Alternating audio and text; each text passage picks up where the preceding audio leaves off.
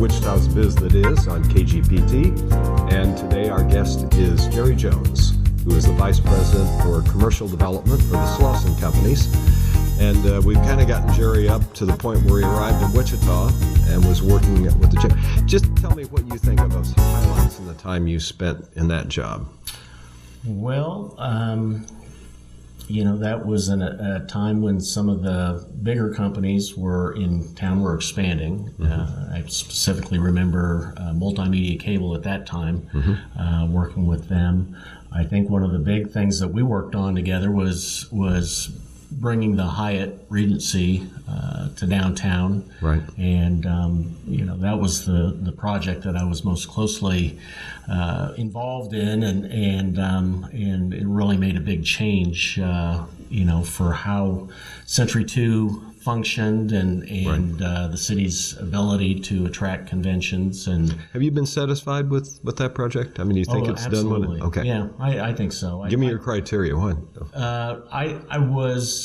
I think it did what it was intended to do in terms of making Century 2 a more functional, function better for conventions and adding hotel rooms. I've been surprised that the area around it hasn't developed faster. And I know that was one of our goals. That's a couple of stories, I think, Jerry. Right. And I exited before that next era, but a lot of that I think has to do with market forces, but and really illustrates how challenging real estate development is, and particularly when you're being proactive about development and trying to make things happen in a certain location, and it's not an easy thing to do. Well, the name that comes up next then is Don Slawson, and I know people know that Don has left his mark all over the city, very positive ways. You bet. What I remember most about Don was the darn 6 o'clock in the morning meetings he had. And I would just sit there and, okay, talk, Don.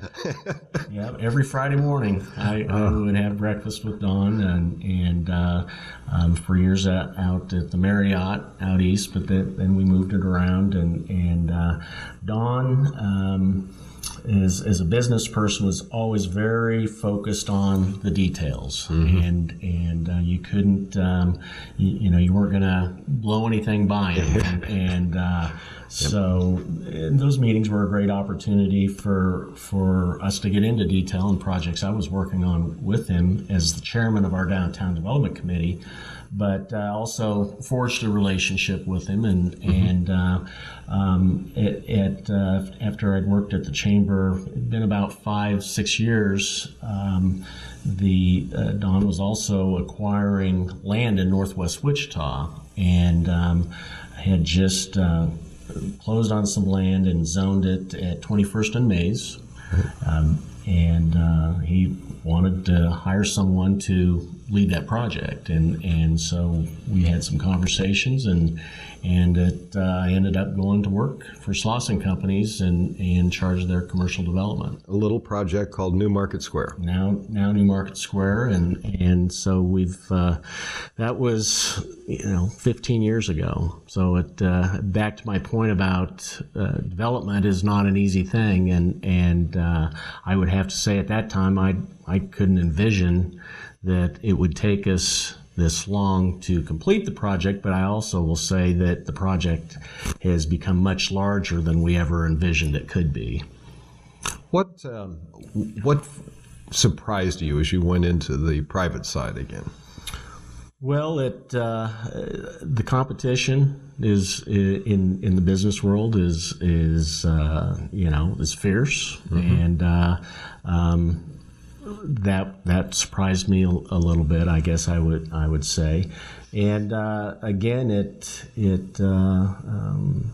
just the amount of work it takes, the hard work and follow through to get things done, and when I was in government and in the quasi-government stages, everything things took a long time, but it was a process oriented, and you worked through the process, and you were working with a lot of people to get towards some goal, and with lots of distractions.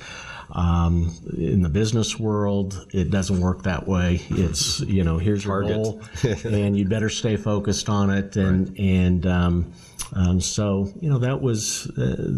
that was a transition for me. But again, Don was a great mentor because at that time I didn't know really. I knew a lot about real estate development, but I didn't know how to get deals done, and some of the just business aspects of it. And he's a master of that. So, what were some of the challenges in Newmarket? What did you run across? Well, the biggest challenge we had at that time was convincing national retailers that there was a market in West Wichita.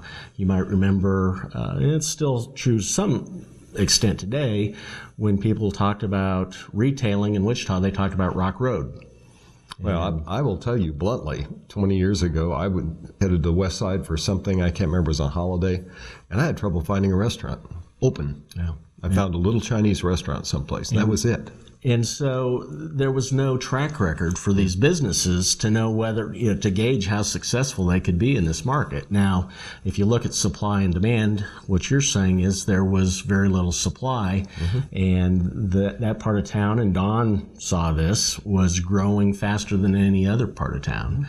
And so the supply and demand got out of balance, and he, being a person of vision, saw an opportunity to assemble 100 acres of commercially zoned property. And that's hard to do inside a city. It is. And part of that was because David Cranmer owned a big chunk of that, and operated it as a grass farm. So I've used them. Some of that on my lawn. And they're still in business today, but that's where Newmarket Square is today. Well, we'll come back to Newmarket after this next break on Wichita's Biz That Is.